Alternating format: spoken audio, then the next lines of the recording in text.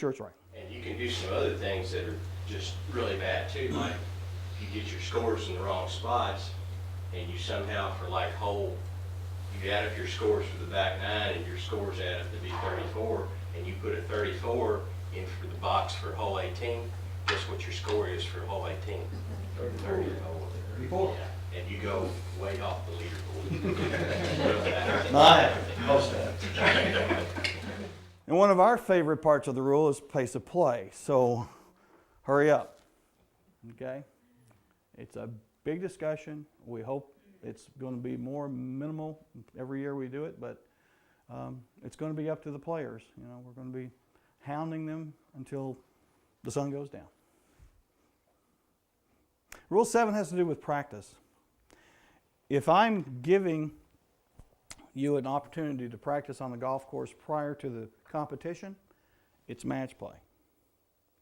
Or, as the committee decides, I don't have a place for you to practice. You know, I don't have a driving range. I don't have a practice green. And there are certain circumstances that the committees can say, okay, go play in a couple of areas and then be ready for your tee time. Okay, but again, that's by committee decision. So for stroke play, you're not allowed to play on the competition course the day of. Okay. Or between rounds. Right, or between rounds, if you're going to have more than 18 holes.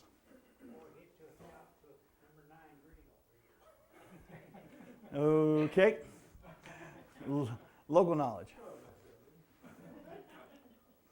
Rule 8. What's advice under the rules of golf? Advice is something that you will receive that would influence how you're to play your next shot. Okay.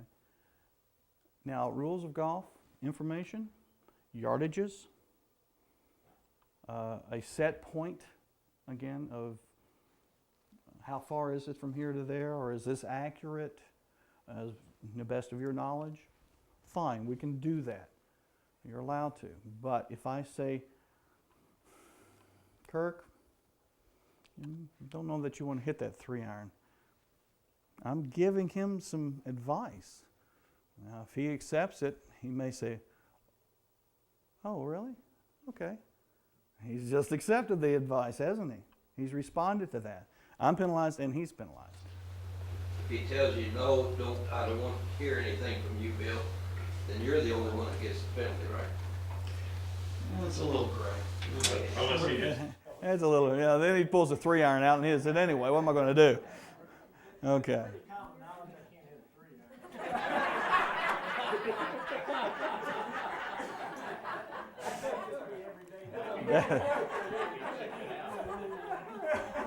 Okay, rule 8. Strike it for Kirk. We don't need that.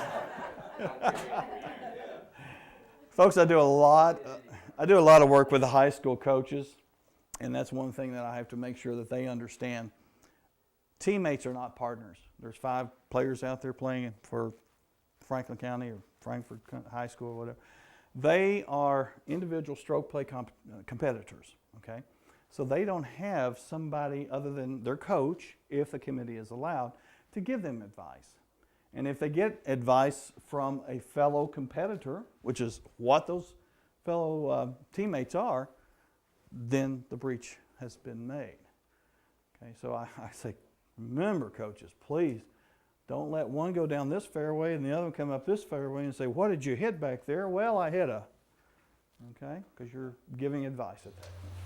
Yeah, I had an interesting situation one time in the mid-amateur, I think.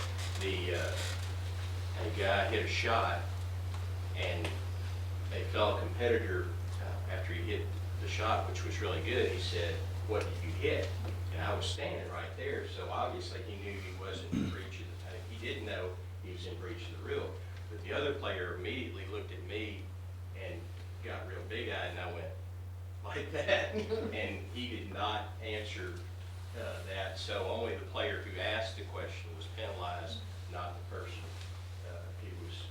who the question was directed to. The questions, let's say there's 4 guys playing on a par 3, and they've all already teed off, and one guy asks another guy, what did you hit? Would that still be a penalty? That becomes history. It just becomes information.